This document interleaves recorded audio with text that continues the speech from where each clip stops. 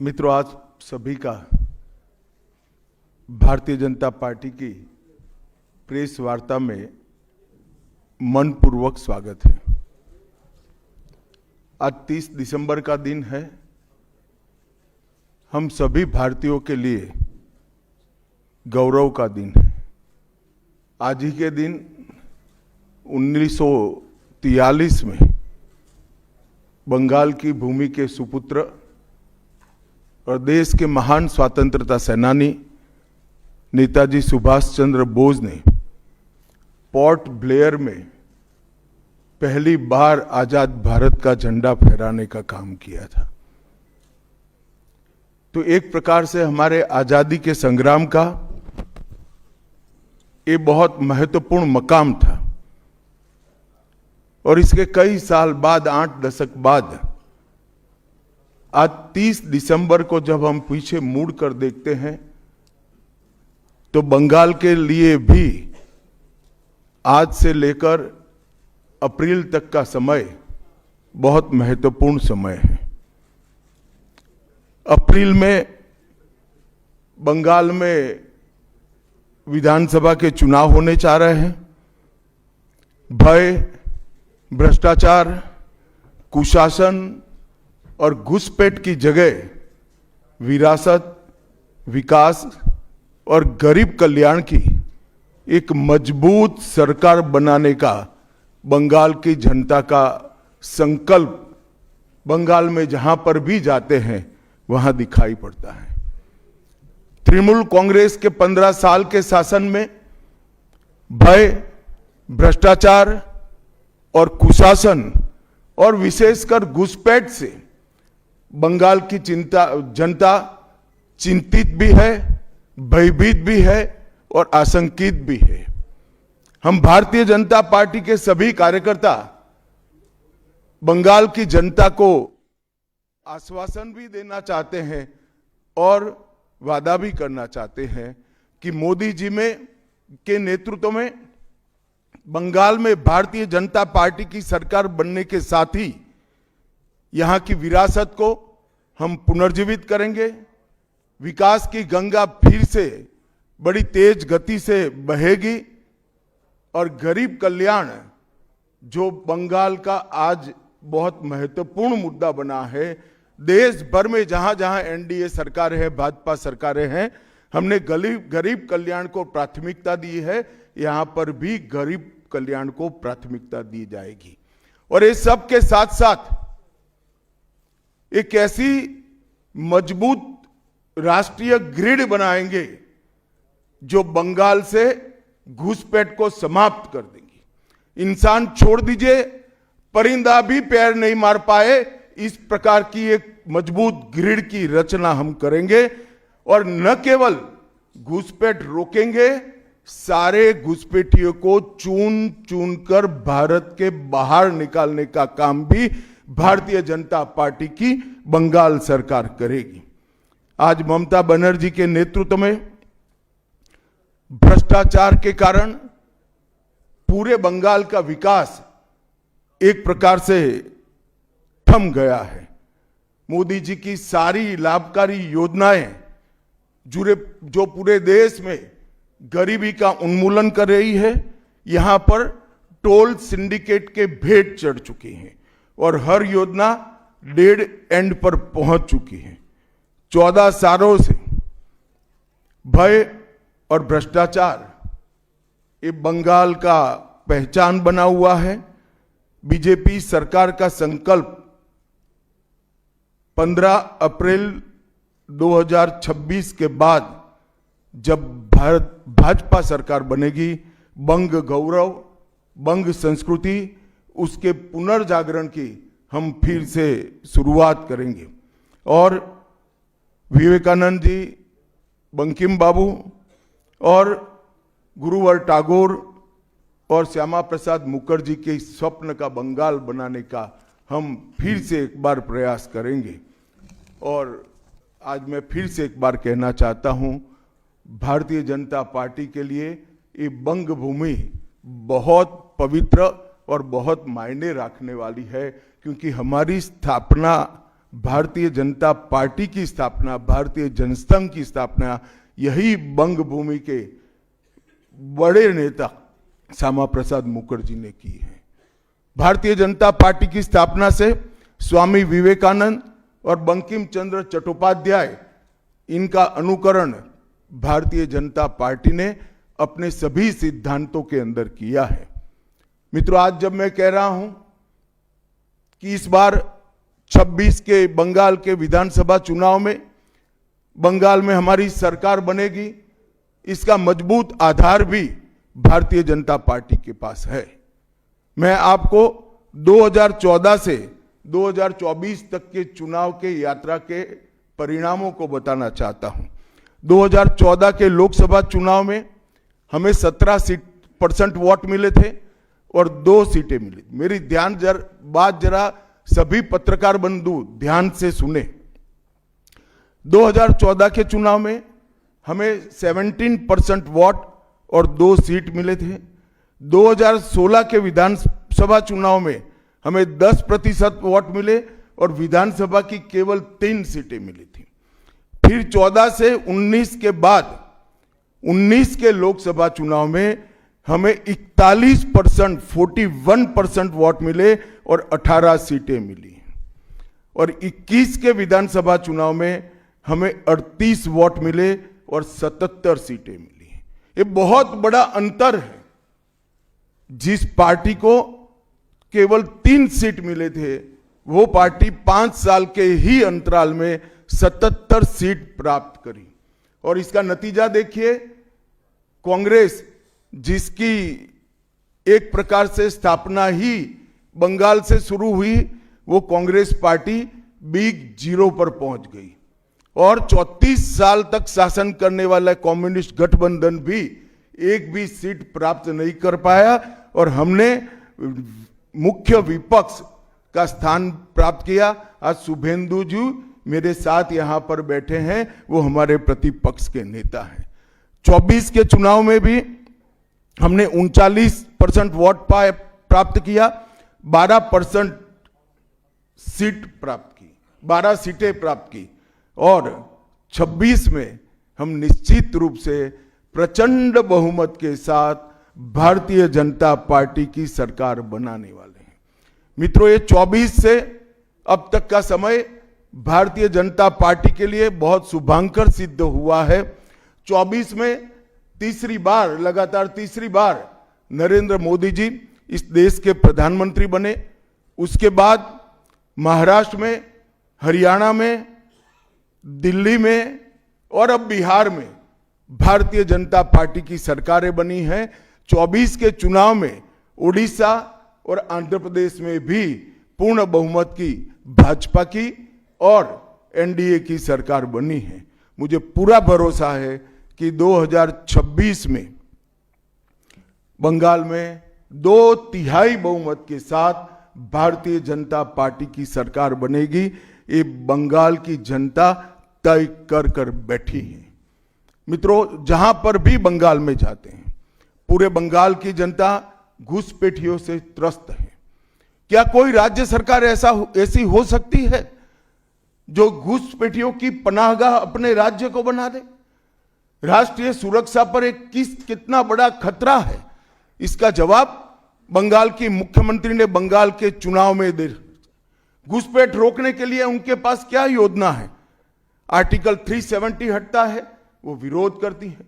CAA लाकर बंगाल के शरणार्थियों को नागरिकता देने का हम कार्यक्रम करते हैं, वो विरोध करती हैं। और वो ठीकरा फोड़ते हैं कि बीएसएफ है, वो रोक नहीं रही है। ममता जी, मैं आज आपको इस सार्वजनिक प्रेस वार्ता में पूछना चाहता हूं कि कौन सी सरकार है बांग्लादेश की पूरी सीमा पर जो वाड़बंदी करने के लिए, बॉर्डर पर फेंसिंग करने के लिए जमीन नहीं देती है? अगर आप जवाब न दे पाए तो मैं ही देता हूं। आपकी ही सरकार है जो जमीन नहीं देती है, जिसके कारण फेंसिंग का काम समाप्त नहीं होता है। फिर भी भौगोलिक रूप से कठिन सीमा पर से कोई घुस कर आता है तो कहां जाता है?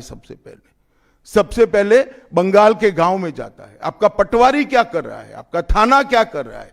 क्यों इसको अरेस्ट नहीं किया जाता? क्यों उस पर केस दर्ज नहीं होता? क्यों इसको वापस भेजा नहीं जाता? जवाब है क्या आपके पास? क्या बंगाल की मुख्यमंत्री ये जवाब दे सकती है कि असम में घुसपैठ क्यों बंद हो गई? त्रिपुरा में घुसपैठ क्यों बंद हो गई? गुजरात और राजस्थान की बॉर्डर पर घुसपैठ क्यों नहीं होती है? पंजाब की बॉर्डर पर घुसपैठ क्यों नहीं होती है? कश्मीर की बॉर्डर पर घुसपैठ क्यों नहीं होती है? सिर्फ बंगाल में क्यों होती है? क्योंकि आपकी निगहबानी में घुसपैठ कराई जाती है और बंगाल को धीरे धीरे डेमोग्राफी चेंज कर कर आपकी वोट बैंक को पुख्ता करनी चाहती है। मगर ये लंबा नहीं चलेगा। बंगाल की जनता अब जान गई है और इसके खिलाफ लामबंद भी हो रही है। और मुझे मालूम है अगला चुनाव घुसपैठियों को निकालने के मुद्दे पर और घुसपैठ रोकने के मुद्दे पर लड़े जाने वाला है, क्योंकि न केवल ये बंगाल का अब मामला रहा है। मैं आज बंगाल की जनता को इस प्रेस वार्ता के माध्यम से बताने आया हूं कि बंगाल की बॉर्डर से हो रही घुसपैठ सिर्फ बंगाल का मामला नहीं रहा है, अब ये राष्ट्रीय सुरक्षा का मामला है। देश की संस्कृति को बचाना है, देश की सुरक्षा को सुनिश्चित करना है, तो बंगाल की बॉर्डर सील कर दे ऐसी देशभक्त सरकार यहां लानी पड़ेगी, जो ममता बनर्जी नहीं कर सकती, केवल और केवल भारतीय जनता पार्टी कर सकती है। घुसपैठ के अलावे भ्रष्टाचार से पूरी बंगाल की जनता त्रस्त है। रोजवेली चिटफंड घोटाला, कैश फॉर क्वेरी घोटाला, एसएससी घोटाला, नगर पालिका नगर नियम का भर्ती का घोटाला, गाय तस्करी का घोटाला, राशन पीडीएस का घोटाला, मनरेगा का घोटाला, पीएम आवास का घोटाला, इतने सारे घोटाले हैं कि मैं पूरा लिस्ट पढ़ूंगा तो मेरी प्रेस कॉन्फ्रेंस का पूरा हिस्सा ही उसमें चला जाएगा। अब क्या ममता बनर्जी इस बात का जवाब दे सकती है कि आपके मंत्रियों के ठिकाने पर से 27 करोड़ रुपया मिलता है, जिसको गिनते गिनते नोट गिनने की मशीन भी गर्म होकर बंद हो जाती है? बंगाल जैसे गरीब राज्य के अंदर 27 करोड़, 20 करोड़, 15 करोड़ ये राशि मिल रही है, आपकी कोई अकाउंटेबिलिटी नहीं है। पार्थो चैटर्जी जेल में जाते हैं, ज्योति प्रिय मलिक जेल में जाते हैं, अनुव्रत मंडल जेल में जाते हैं, जीवन कृष्ण शाह जेल में जाते हैं, माणिक भट्टाचार्य जेल में जाते हैं, चंद्रनाथ सिन्हा जेल में जाते हैं, परेश पाल जेल में जाते हैं, कुंतल घोष जेल में जाते हैं, फिरहाद हकीम वो भी आरोपी बनाए जाते हैं, शोभन चैटर्जी आरोपी बनाए जाते हैं, कुणाल घोष 3 साल जेल में रहकर आते हैं, और आप कहती है कि भ्रष्टाचार नहीं हो गया, हो रहा है। आप आंख मूंद लिए ही हो भ्रष्टाचार के लिए, मगर बंगाल की जनता अपनी आंख बंद कर कर नहीं बैठी है। गरीब बंगाल की जनता के अधिकार का पैसा आपकी कैडर की भेंट चढ़ रहा है, आपको इसको जवाब देना पड़ेगा। महिलाओं की सुरक्षा एक बहुत बड़ा मुद्दा बना है और अधिकृत रूप से कहा जाता है कि महिलाएं 7 बजे के बाद अपने हॉस्टल और घर से न निकले। हम कौन से जमाने में जी रहे? मुगल काल में जी रहे हैं क्या? ममता जी, ये आजाद भारत, यहां माताओं बहनों को पूरा दिन जब इनकी मर्जी हो, जब इनको काम हो, घर के बाहर निकलने की सुरक्षा प्रदान करना ये हमारा संवैधानिक दायित्व है, जो देने में आपकी सरकार विफल गई है। आरजी कर मेडिकल कॉलेज का मामला हो, संदेश खाली का मामला हो, दुर्गापुर मेडिकल कॉलेज का मामला हो, साउथ कॉलेज लॉ कॉलेज का मामला हो, हर जगह बेटियां असुरक्षित हैं और ढेर सारे लोग और ढेर सारी माताएं बहनें ये अत्याचार से तंग आ चुकी है, असुरक्षा से तंग आ चुकी है। वो भी राह देख रही है कि कब वोट देने का अधिकार आए और हम इन निकम्मी तृणमूल कांग्रेस की सरकार को हटा दें। सांप्रदायिक तुष्टीकरण को इस राज्य सरकार ने अपनी नीति के रूप में स्वीकार कर लिया है। अब मरहम लगाने का प्रयास हो रहा है, मैं सुबह से देख रहा हूं, मगर अब मरहम लगाने से कुछ नहीं होता है। हृदय पर, बंगाल की हिंदुओं के हृदय पर घाव इतना गहरा बैठ गया है कि कोई मरहम काम नहीं आएगा। अब आपका जाने का समय तय हो गया है। यहां तक इंतहा कर दी, यहां तक कि पार्लियामेंट में वंदे मातरम पर चर्चा होती है।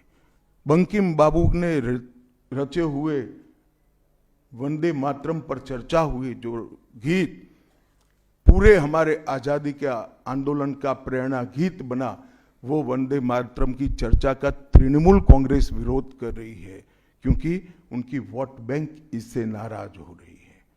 ये बंगाल की जनता कभी सहन नहीं करेगी।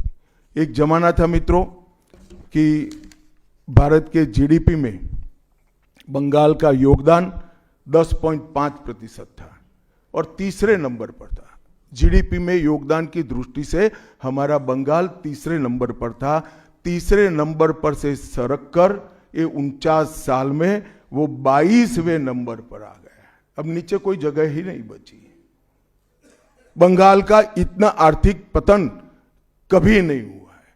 ये कम्युनिस्टों के शासन के पहले, तृणमूल के शासन के पहले प्रति व्यक्ति बंगाल की आय राष्ट्रीय औसत से 127% ज्यादा थी। 127%। देश में नागरिक 100 रुपया कमाता था तो बंगाल में 127 रुपया कमाता था। आज देश का नागरिक 100 रुपया कमाता है तो बंगाल का नागरिक 73 रुपया कमाता है। ममता जी, आपको इसको जवाब देना पड़ेगा। हर प्रकार के उद्योग की शुरुआत एक जमाने में इस सुजलाम सुफलाम भूमि से हुआ था और इसी के आधार पर सोनार बांग्ला की परिकल्पना की जाती थी। वो बंगाल में आज भ्रष्टाचार, घुसपैठ और टोलबाजी के कारण सारी इंडस्ट्री वापिस जा रही है। केंद्र सरकार की योजनाएं लागू करने में उनको अपनी वोट बैंक गंवाने का डर है। पीएम किसान देरी से लागू किया, बंगाल के किसानों का 10,000 करोड़ रुपया चला गया। आयुष्मान भारत आज तक लागू नहीं किया और बहुत आयुष्मान भारत से बहुत एक प्रकार से कमियां वाली स्वास्थ्य साथी की स्कीम लागू की है। मुझे बताइए, कोई बंगाल का नागरिक भारत में कहीं जाता है और बीमार पड़ गया, स्वास्थ्य साथी स्कीम उसको बाहर के अस्पताल में इलाज करवा पाएगी क्या? नहीं करवा पाएगी। क्या गुनाह किया है बंगाल के गरीबों ने? देश भर के गरीबों को 5 लाख तक की पूरे स्वास्थ्य की गारंटी मिल रही है। अरे कई राज्यों ने किया कि केंद्र 5 लाख दे रहा है, उन्होंने और 5 लाख जोड़ दिए। आप केंद्र के 5 लाख इसलिए स्वीकार नहीं करना चाहते हो कि नरेंद्र मोदी से आपको डर है। डर तो ठीक ही है, क्योंकि मोदी जी की लोकप्रियता बंगाल में दिन प्रतिदिन बढ़ती है, मगर इसके कारण गरीबों का आप नुकसान कर रही हो। वो बंगाल के गरीब जरूर। हिंसा और प्रतिशोध की राजनीति, पूरा देश ऐसी आशा करता था कि यहां से कम्युनिस्ट जाने के बाद हिंसा और प्रतिशोध की राजनीति समाप्त हो जाएगी, मगर हुआ उल्टा। इन्होंने तो कम्युनिस्टों को भी अच्छा कहला दिया। मित्रों, अब तक 300 से अधिक भारतीय जनता पार्टी के कार्यकर्ता मारे गए हैं। 21 के चुनाव के बाद लगभग 3000 कार्यकर्ता विस्थापित बनकर आज भी अपने गांव में नहीं लौटे हैं। उनको दबाव बनाया जाता है कि आप तृणमूल का झंडा उठाओ तभी गांवों को रहने देंगे। क्या ये स्वस्थ लोकतंत्र की निशानी है? कोई व्यक्ति अपने किसी राजनीतिक दल में काम करना है, वो स्वतंत्र रूप से तय नहीं कर पाएगा। वो ममता जी मुख्यमंत्री की चैम्बर से तय करेगी क्या? ममता जी, जितना भी प्रताड़ना करना हो करो, बंगाल की जनता अब तय कर कर बैठी है। इन्होंने भाजपा के कार्यकर्ताओं को हर तरह से प्रताड़ित किया, यहां तक कि महिलाओं पर बलात्कार भी किए गए। मैं अपना रिपोर्ट नहीं दे रहा हूं, नेशनल ह्यूमन राइट कमीशन का रिपोर्ट है। इसका भी जवाब ममता जी को देना पड़ेगा। ममता जी ने सारी संवैधानिक औचित्य को समाप्त कर दिया। किसी भी राज्य में प्रधानमंत्री जाते हैं तो वो देश के प्रधानमंत्री होते हैं। कई राज्यों में हमारी सरकार नहीं, कहीं ऐसा व्यवहार नहीं होता। वंदे भारत ट्रेन देने प्रधानमंत्री आते हैं, ममता जी स्टेज पर नहीं जाती है। कई प्रकार के भारत सरकार के सुप्रीम कोर्ट के आदेश से बने हुए, मेरी बात ध्यान से सुनिएगा, सुप्रीम कोर्ट के आदेश से बने हुए भारत सरकार के डीओपीटी के रूल्स ये तोड़ देती है, मरोड़ देती है। डीजीपी और मुख्य सचिवों की अपॉइंटमेंट में मनमानी करती है। रिटायर्ड होने के बाद सलाहकार बनाकर प्रॉक्सी डीजीपी और प्रॉक्सी सीएस बैठाने का काम करती है। ये 34 साल कम्युनिस्टों का शासन और 15 साल टीएमसी का शासन, ये केंद्र विरोधी मानसिकता बंगाल की जनता में खड़ा कर हमारी संविधान की स्पिरिट थी, उस स्पिरिट का कंप्लीट इन्होंने अनादर करने का काम किया है। ममता बनर्जी के शासन में सिंडिकेट, तोलबाजी, कट मनी, न केवल वो सिस्टम को बढ़ावा दिया है, यहां कमाई करने का अधिकार एक ही व्यक्ति को है, भाईपो को है, और किसी को कमाई करने का अधिकार नहीं है। सब में हिस्सेदारी देनी पड़ती है। बंगाल एक जमाने में सब बात में सबसे पहले था। सबसे पहला मोटर कारखाना पश्चिम बंगाल में लगा। सबसे पहला पावर प्लांट 1887 में बंगाल में लगा। सबसे पहली कोयलरी बंगाल में आई। सबसे पहला स्टील प्लांट बंगाल में लगा। देश की सबसे पहली हाई राइज बिल्डिंग बंगाल में बनी। देश की सबसे पहली जूट मिल बंगाल में बनी। देश की पहली मेट्रो ट्रेन बंगाल में आई। एक ही शहर में 2 पोर्ट एक ही जगह है, बंगाल में है। और देश की सबसे पहली आधुनिक यूनिवर्सिटी कलकत्ता यूनिवर्सिटी भी बंगाल में बनी। और विश्व प्रसिद्ध विश्व भारती यूनिवर्सिटी भी, जिसने भारतीय शिक्षा के कंसेप्ट को जमीन पर उतारा, वो भी बंगाल में बनी। मगर ममता जी, आप गौरव मत करिएगा, इसमें से कुछ आपके समय में नहीं हुआ है। ये जो करने वाले थे, उनके पूरे रिदम को, इनकी लय को, बंगाल की विकास की गति को तोड़ने का आप काम करें। बंगाल आज इंडस्ट्रियल रूप से कंप्लीटली बर्बाद हो चुका है, और ये आपके शासन में ही हुआ है। आधा अधूरा तो कम्युनिस्ट बेचारे कर गए थे, आपने तो पूरा ही समाप्त कर दिया। सिंडिकेट राज, तालेबाजी, शत्रुतापूर्ण माहौल, इसके कारण 2011 से 25 के बीच में 7000 से ज्यादा कंपनियां बंगाल छोड़कर बंगाल के बाहर चली गई।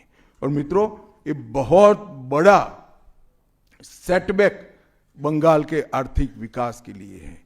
मित्रों, बंगाल स्वामी विवेकानंद, बंकिम चंद्र चट्टोपाध्याय, शरद चट्टोपाध्याय, महर्षि अरविंद, ईश्वर चंद्र विद्यासागर और कवि गुरु टैगोर जैसे महापुरुषों की धरती है। यही धरती पर नेताजी सुभाष चंद्र बोस, अमर शहीद खुदीराम बोस, वाघा जतीन, रविंद्रनाथ सन्याय, रास बिहारी बोस, मास्टर सुरेशन, प्रफुल्ल चाकी, वीणा दास, कल्पना दत्त, ये सभी ने देश की आजादी के लिए आह्लेख जगाया था। यहीं पर कई सारे फिल्मकार मिले, संगीतकार मिले, चित्रकार मिले। इस भूमि ने कई सारे दुनिया को प्रभावित करने वाले संत भी दिए। वो बंगाल आज ऐसे कगार पर पहुंच गया है कि अगर एक घुसपैठ की बयार रोकी नहीं गई तो बंगाल का अस्तित्व भी खतरे में है। ऐसा स्पष्ट रूप से समाज जीवन को जानने वाले सभी लोग मानते हैं। और अंत में मैं बंगाल की जनता को फिर से एक बार कहना चाहता हूं कि बंगाल के अस्तित्व पर तो घुसपैठिया संकट है ही है, बंगाल की संस्कृति पर एक घुसपैठिया संकट है ही है, परंतु अब ये संकट केवल बंगाल तक सीमित नहीं रहा है, पूरे देश तक ये संकट आगे बढ़ गया है।